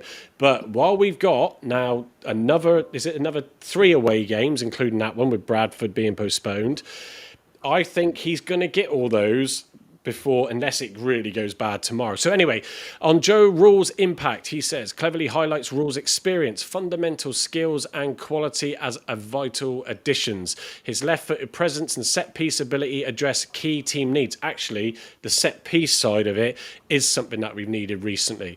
Rule's fitness and future. Having trained with Aldershot, Rules has a solid fitness base. He's a potential starter for... Well, I didn't know this even when I was preparing it because I was getting it done quickly. Potential starter for Saturday with careful monitoring. A strong performance could lead to a contract extension. On the Huddersfield challenge, he says he's anticipating an intense match against a quality Huddersfield side. Cleverly notes both teams share struggles with confidence, injuries and form. Yet Huddersfield have gone with 3 losses and a draw in their last 4 games. So we'll see what happens. Injury updates. Brace yourselves, folks. There are no new immediate concerns. Yes, Harvey's celebrating in the background for those just listening. Joe Wedwards and Eamon Benarous are nearing a return in weeks. Xavier Amiechi could be back in a green shirt within 4 weeks. Also, I believe so could Pleggy. And Caleb Watso is still out to the new year. I know some asked about Caleb Watts earlier, but until he can come back, will our season be over and out by then? Addressing the inconsistencies, Cleverly said he admits the results have not been good enough. But citing a disastrous October and also start to November, we'll just add, after a fantastic September, he emphasises the need to rally the squad to prevent further decline. So obviously, Carl, did you watch the full presser out of interest? Indeed, I did, yeah. Yeah, so what? Obviously, I take those quotes and then the tool I use to present the decks summarises it for me to fit them onto a slide. But I said to you guys in the WhatsApp group that I felt that he might decide, because of his statement after the game on Saturday about just not having enough good quality and players getting comfortable, I thought, is he going to take a punt and start Rules on Saturday? He wouldn't last the 90 minutes, I'd be surprised. But when we need to start the game well, there's no good if he comes on in the last 10, 15 minutes when we're down and out, or if we would be. But could he start, Carl? I mean, what did he allude to really in that interview? He didn't say he's going to start. That's one thing he didn't say. He said he would be given every opportunity to be in the squad, and probably he'll get 15 to 20 minutes at the end with a view to starting against Bristol Rovers, what I said earlier on when we started the pod. I doubt he'll be starting. I mean, you're not going to start with him and then take him off in 20 minutes. I don't think that's going to happen. unless he's fit enough for a half. But then even then, would you risk him from the start and then sub him off at half time? I think it's better working, giving him the last 20. It would be a real crazy statement if exactly. he did do that. It would say a lot about what he did. And obviously, we found out today again that Mackenzie has picked up yet another injury. He doesn't even know when we'll see him, so there's not really any time scale. Again, probably after New Year, unless he picks up something else again. But it's a really strange one because with his time with Aberdeen, he barely missed any football, and he's come here and he's had like injury after injury after injury, and when he recovers from something else breaks down. It's really frustrating, which is annoying because he came quite highly rated. He was one of Aberdeen's one of their better players and good experience in Europe as well. I think got a Scotland call up, so there's obviously talent there, but we just haven't seen any of it, which is a massive shame. Obviously, he discussed about Joe Hatch being recalled as well. He will travel with the squad. He's a big admirer of Hatchie. Said he's been impressed with him, and he's not phased when he plays. And he's quite physical, especially in the earlier games, in the cup games at the start of the season and pre-season. He impressed him. So he hasn't been brought back to be reloaned. He's going to be part of the squad. I think it's another statement that though, Carl, isn't it? You know, because it's like these lads in the under 18s, you know, the same with Tegan Finn, you know, played in that big win as well after that Mansfield game. You know, you're going to just look and say, well, not being funny, guys, if you're not cutting it, I've got to look at options. Exactly. Again, he was highlighting, again, lack of experience, which led me to think about the whole McCabe signing on deadline day. Why did we go down that route and not get the experience centre mid that we were crying out for? And again, he was asked regarding why hasn't McCabe actually been playing recently, and he said, again, he's come here to learn. He needs to improve on a lot of his abilities, winning duels, controlling his opponent off the ball, picking up second balls, learning some of the dark arts, which obviously Joe Rules himself will probably pass on to some of the younger team members now. But he's seen good intensity from him in training the last couple of weeks. So hopefully we'll get to see him featured a little bit more in the coming weeks. Just on McCabe, and I'll get the other guys' thoughts on this. I've said it before on the show. You don't get to be involved in the England 21 squad. I know you agree with that, but you don't get to be involved in those if you're very rough around the edges. There's part of me, I know a few of us said that was cleverly signing, so he contradicted himself. I don't know 100% unless I've missed something, so correct me if I'm wrong, but if we know that it was definitely a signing, was it a bit of someone's become available, Middlesbrough want to loan a lad out and we can take him? Part of me then thinks, is that cleverly because it's just like, well, that's not who I wanted, so he's just not started him. If he's got that, same with Tegan Finn, we see Tegan Finn come on, say it a lot, he's got the no fear attitude is the word I'm looking for. I nearly said no care attitude, so let me correct that. But he's got that no fear about him. A lot of the youngsters do. But yet he's not getting minutes. And he comes on in bloody games, and when we then end up going behind, you cannot get him to make a big impact if the other players' heads are already gone. So for me, we'll come on to the lineups in a minute, but I want to see him start. Yeah.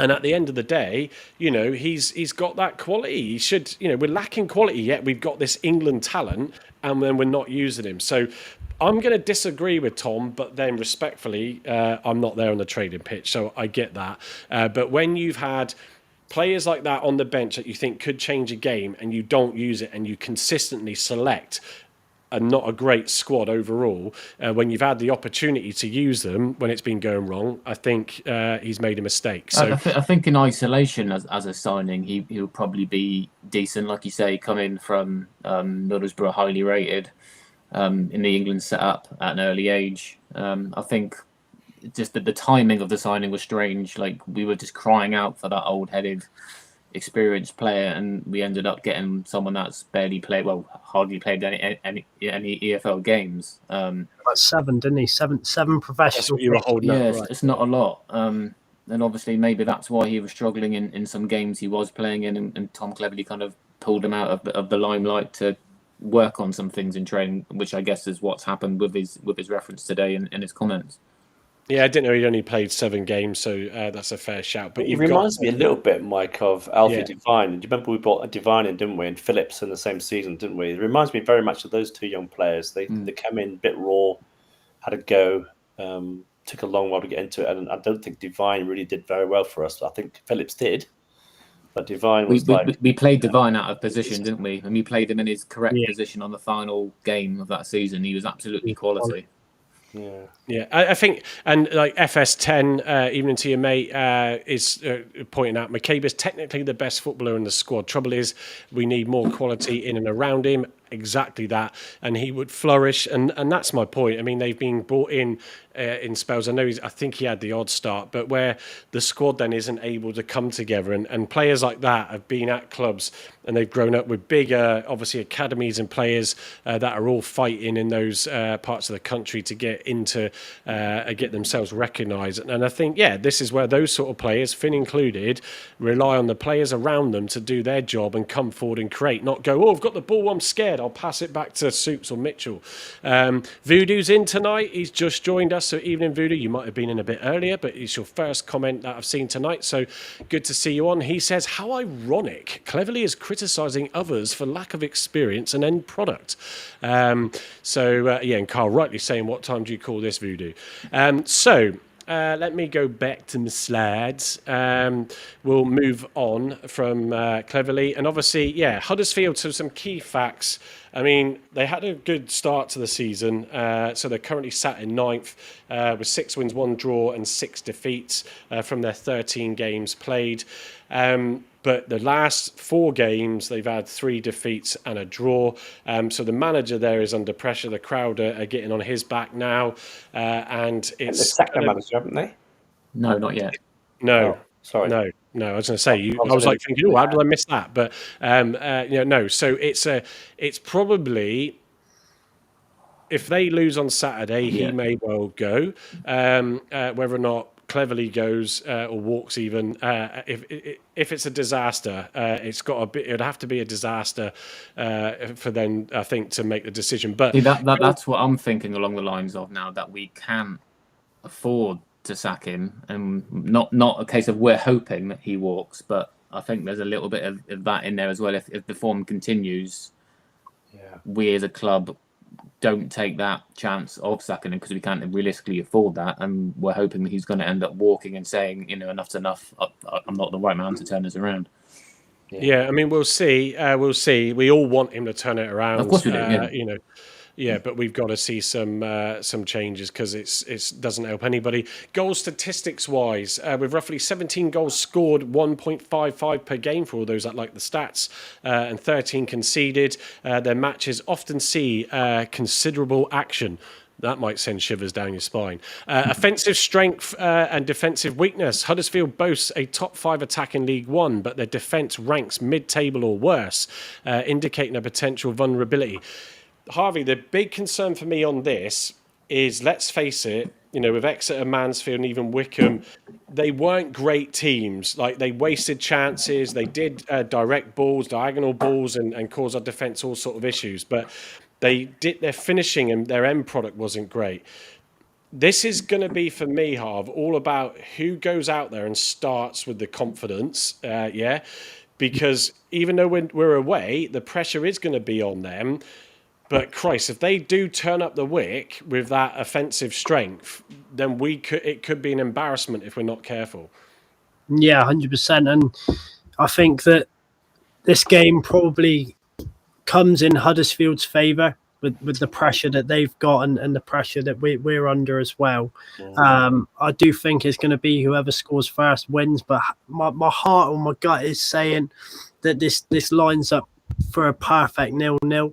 A lot of people online are saying about whichever team loses, their managers is going to be the one that goes, which is going to be it's going to make it an even tighter game, and a lot of pressure rides on this game. But I think the defense has definitely got to be strong, as we do know that although Alfie May is out, I think that Huddersfield do have a strong offensive.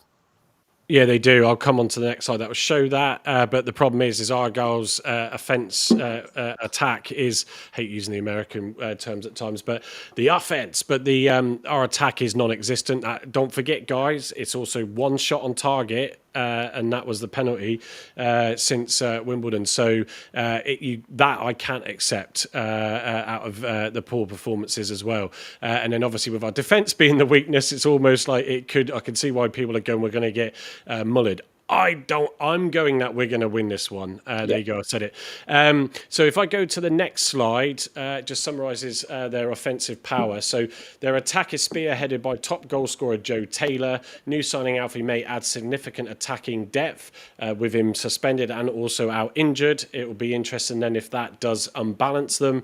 I've just realised Marcus Harness plays for them as well, and he always scores against us. Oh, don't even go there. And don't forget Mikel Miller as well. Yeah. God, yeah, You have Marcus. to fill up the time, didn't you, Carl? Is Mikel Miller fit?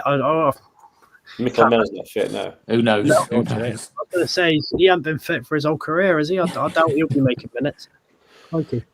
Well, when confident, their attacking possesses formidable firepower. Defensive vulnerabilities expands on that to say the defensive record is a concern, ranking around 13th in the division for goals conceded. Still not as bad as us, obviously.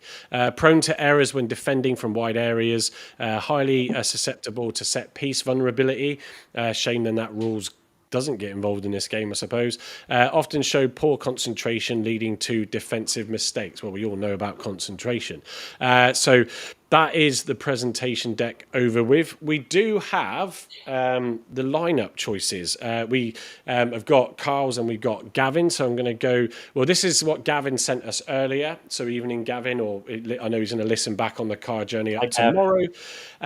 So Gavin's gone with a 4-3-2-1. So starting with Connor Hazard in goal. That's been debated about him or Ashby Hammond coming back in on the pod in recent shows.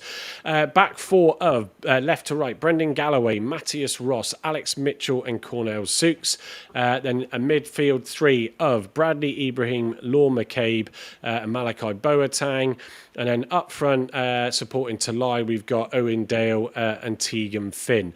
So, my own thoughts on that is, he's got Boateng out on the right, which we know is not normally would be his favoured position, but I think it's the whole mixing it up and maybe Law McCabe sitting a bit deep, supporting the back four.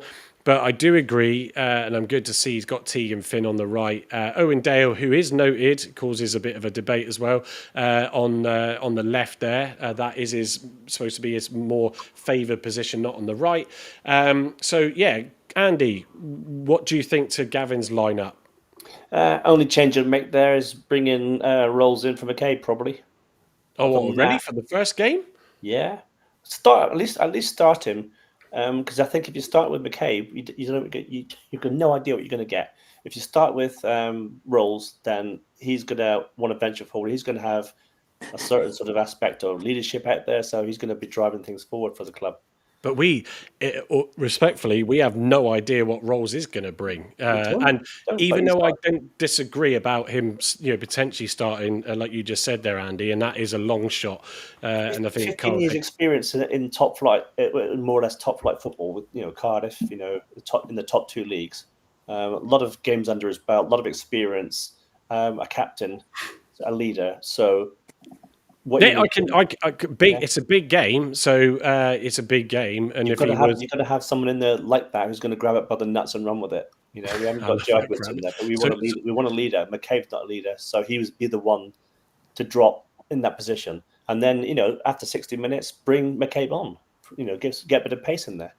Yeah, again, it goes back to my point of it's a difficult one. I want to see Tegan and McCabe start because I want to see them start in a start a game, where there's no pretensions before it. They're not coming on with us losing. I'll come to Carl with his lineup in a second, but Harvey, what do you think of that lineup? What's your thoughts? See, I don't really know where I stand with it. I do really want to see Ashby Hammond back in the lineup. Yes. But on the other hand, because it's very 50-50 for a game like this with the amount of pressure on, do you trust him? I think Hazard, since his injury, hasn't quite hit that form which we know he can go to. So I'm very 50-50 on the keepers. The back four there I probably would go with, in all fairness. And I stand with Andy as well. I think for a game like this, Lorne McCabe, I don't think he's quite ready in the sense of he hasn't got enough League One experience or like kicking and I can't think of the word, like ankle kicking experience. The dark arts. Yeah. Like the side of the game which no one likes to think about, but it is there. I think we do need someone that's going to slow the game down when we need it, and is going to be able to reassure Ibrahim and Boateng. So that's why I'd probably start him. And the front three, the only one I'd possibly change there is Dale for Aseni.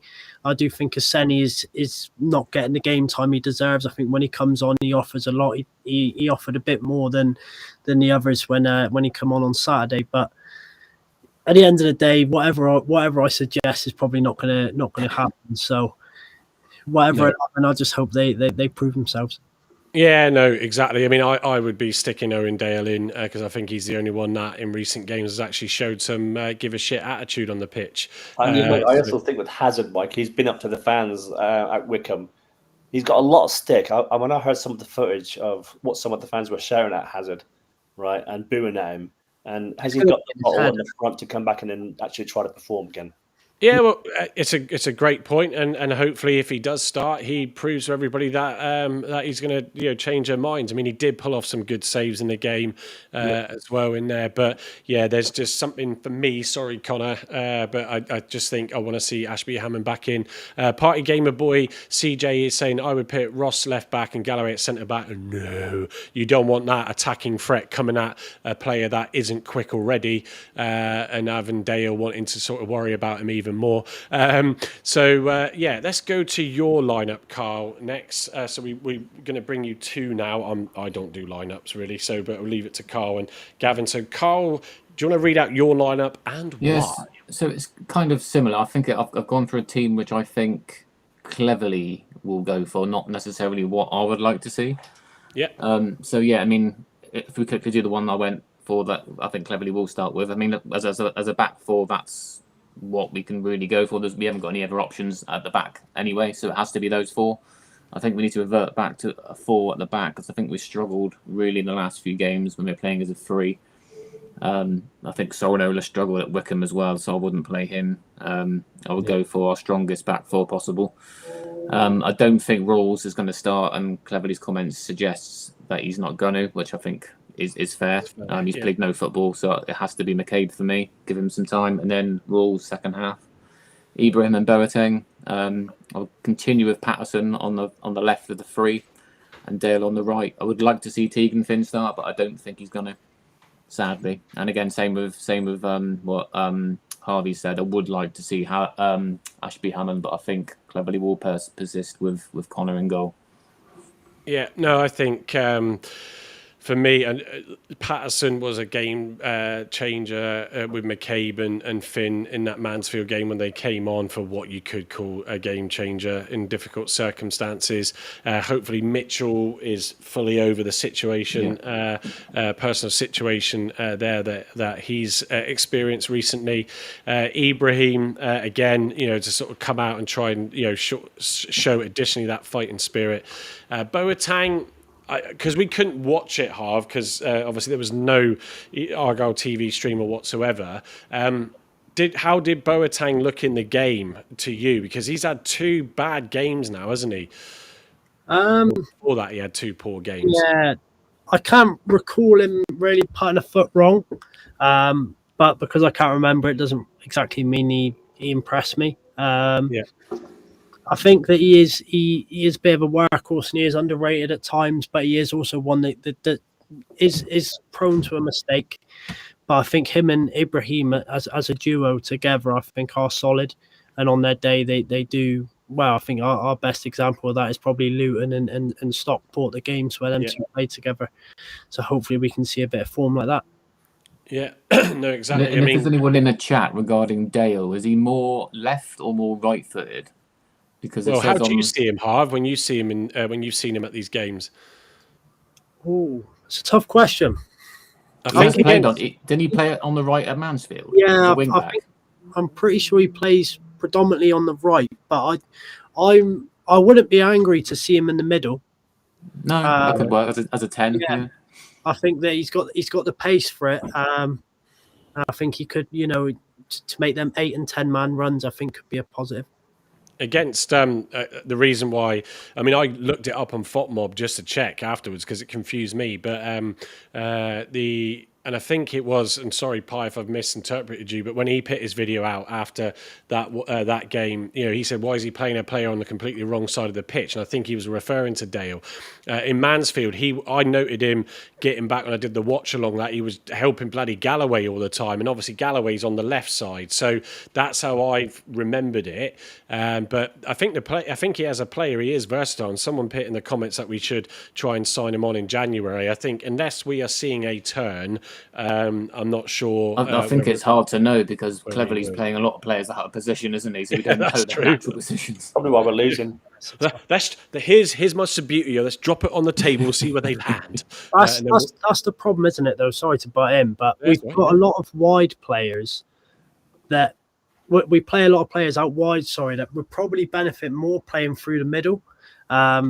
But we just can't play through the middle. We haven't got the strength to play through the middle. I think Patterson is another one. I think he should be playing in the middle. And if we had the opportunity to play Dale down the middle, would be a positive as well. Yeah, Alex saying Dale played left back against Mansfield and right wing against. So we're none the wiser then. Yeah. We're in the left. Yeah. God, it's crazy. Dale does bring something. He's got a bit of passion about him, to be fair. Yeah. Oh, he definitely did in the Mansfield game. Obviously, we can only listen on the Wickham game. So, but it's just, you could physically see his frustrations with the rest of the players on the pitch. Speaking of watching games, so this Saturday. Let me bring it up. So, Carl, we're going to try a double act on the watch along. So, Carl will be round mine. For those that are like, well, how are you watching it? Well, VPN and Argyle TV. I do not do any illegal streams, just to put it out there. I do stick my tenner. Well, I don't. So I like to give my tenner to Argyle. So I'll have Argyle TV on for Carl and I. And yes, Carl, bring your fiver, you cheapskate. You might get Exeter City the first half, mate. Well, probably after that. In that case, I won't bring the fiver. The audio. So, guys, you can join us. The stream will start about 2:35. The show will start at 2:45. Carl will be trying to make it back from the boys' Tamerton game, so it might just be me to start the show off with. But yeah, look, we get a good bunch of you come in, and it's good fun, and it gives us all a chance to actually talk about the game in a constructive chat, as you can see on the screen here, and we'll go through and read your comments. Yes, Voodoo. So yeah, like Carl's going to join me for that, and we'll see how that goes. And then if it works well, then we'll rotate it around where we can as well. So you get probably Andy and even maybe Gavin on some of these as well. It's good fun. I must admit, it's good fun doing it. Next show, obviously, is Saturday. So for those that are joining us tonight and are like, what the hell is this podcast about? Hopefully you found it good. We do our shows, the Live Lounge, which is 8:30 on a Thursday, you're watching now. And also we do our post-match analysis after the games on Saturday at 8:30. So yeah, you get to see me and Carl for longer on Saturday with the watch along and then the post-match. I think, Andy, you said you're out on yes, that. Grumpy Lol is away at his son's graduation. So, I've got to go up to Worcestershire. Yeah, so well done to him. Congratulations to him. So we won't see Andy, but hopefully we will have Gavin back in, and I'll see, because Harvey and Herbie also goes to a lot of the away games. So, yeah, it might just be the three of us, but hopefully, please to God, can we make it a good result. And also, don't forget, let me pop up the graphic again. Please like and subscribe on our YouTube channel as we look to grow that, and give us a follow on X and Facebook. We get a lot of engagement on Facebook in the comments when we put posts out, but I can see we've got one viewer viewing on Facebook. Hello, mother. mother. Yeah, mother. I don't Dad, actually. I get don't know. off.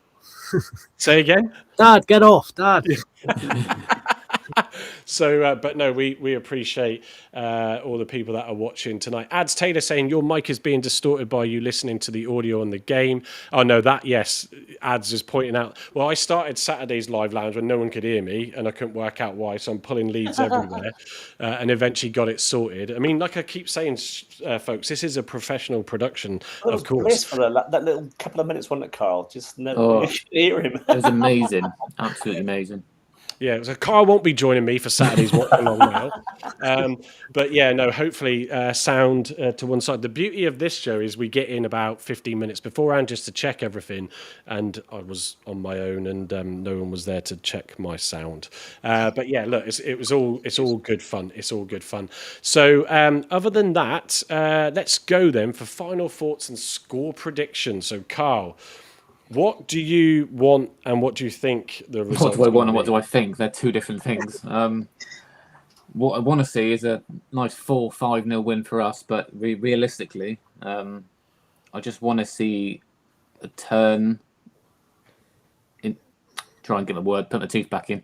I just want us to turn the corner. I just want us to see some fight. I want us to compete. I want us to do the basics properly, passing to green shirts, creating chances. A clean sheet would be fantastic. I think, like Harvey said, if it's a 0-0, I would snap your hands off at that now. But I think I'm going to go for a narrow 2-1 Huddersfield win. But I think we'll turn the corner and be slightly more positive. So we'll have something a bit more positive to talk about on Saturday. But I still think they've got the momentum behind them being at home, and we just seem to crumble under pressure, unfortunately. Yeah, well, I mean, I'm glad, Alex, by the way, you did subscribe because I was waiting for that. If not, I was going to unsubscribe off your channel. I'm joking. I am joking. Andy, yeah, what are you thinking? Well, 100 lines for Carl straight away. You know, fancy say we're going to lose. We're going to win 2-0. There we go. I'm going to say we're going to win 2-0. I've got confidence in me saying we're going to win 2-0 Saturday. Wow. Okay. And then, Harvey, your thoughts? So my gut says 0-0, like I said, but after a couple beers on Saturday, I'm going to say 3-2 Argyle. Oh, wow. That might have been that pie at the weekend, to be fair, Harv. I think you're going to gauge how it's going to go based on what that beer tastes like on Saturday. So, well, it is also, folks, getting cold weather, so we'll be getting our Argyle hats out again soon, won't we? Actually, to be fair, I really like that one from Argyle. Haven't got any before Voodoo asked. There's still no bed sheets in Block 9 branding, and I don't have any hats yet. But you can still get the hoodies and the T-shirts, and I've had a couple of orders this week, which is good, so I'm going to sort them out. But yeah, in terms of what do I think, I've been feeling quite relaxed this week, always busy at work, so it's good for a distraction and with the family. I'm feeling positive. I want it to turn around. I know we all do effectively because it's no good, as we keep saying anyway, by having more disruption. I think it's going to be a really tough game, but we're going to nick it 1-0, and it's going to be a performance that we haven't seen for a while that we need to see. So my message to the lads, for those I mean, obviously on their journey up, of course, they're sat there in the hotel watching the Block 9 podcast. Did you take your medication this morning? Medication, it's injections and all that lot. Yeah, Actually, what we need to do, right, is if Pleggy is watching tonight, Pleggy, if you're watching tonight, mate, thanks for watching. Make sure you tell the players that the Block 9 podcast said we're going to win. Yeah, get the boys going. Yeah, I want to see cheesy, upbeat tunes to put smiles on faces in that dressing room, to get them going, to get them energized. Look, I'm not saying, guys, you don't do that, but I want to see that build-up video that they put out of there being energy there. Don't isolate yourselves. Get together. The best thing you can do when the going gets tough is to be that group together. You know, do that. Get out there and just go for it. And do you know what? Be brave. Absolutely be brave. It's gonna be a little bit nervous, and probably from both sides, but it's going to be the ones that decide to be brave and take it that will get the chance. Harvey's already biting his nails, not even Saturday yet. No, exactly. So look, That's all we can ask for. We all don't want to see situations and scenes like we've seen in the last game. Other than that, folks, that's it from us, Carl, Andy, and Harvey. And Harvey, thanks for coming on and giving everybody a bit of an insight into your journey. It's always good. Don't forget to subscribe to Harvey and also Alex at Argyle on YouTube, as we noted earlier, and us as well, of course. And the Grumpy Lawyers channel as well. And the Grumpy Lawyers. I mean, we won't force that on you folks, but if you want to, that's fine. But yeah, other than that, enjoy the rest of your evening. We know we've been up against the Traitors finale. And if you didn't see our Traitors piece on Saturday, go and check it. But yes, so other than that, thank you for joining. Time for me to stop waffling, and we'll see you for the watch along on Saturday. And fingers crossed.